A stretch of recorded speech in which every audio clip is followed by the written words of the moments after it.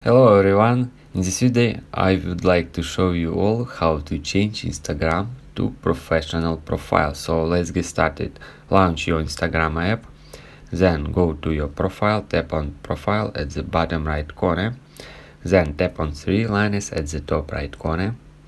From pop-up menu proceed to settings, go to account, scroll down and very bottom you will see switch to professional account. Just tap on it, then tap on continue, and again continue.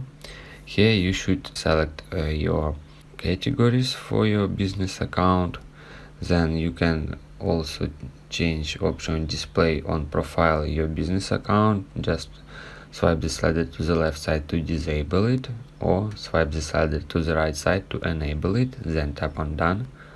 Here select business, then tap on next.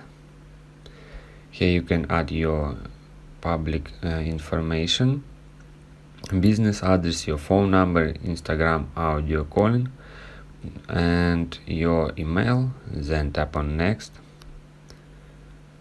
and just tap on skip.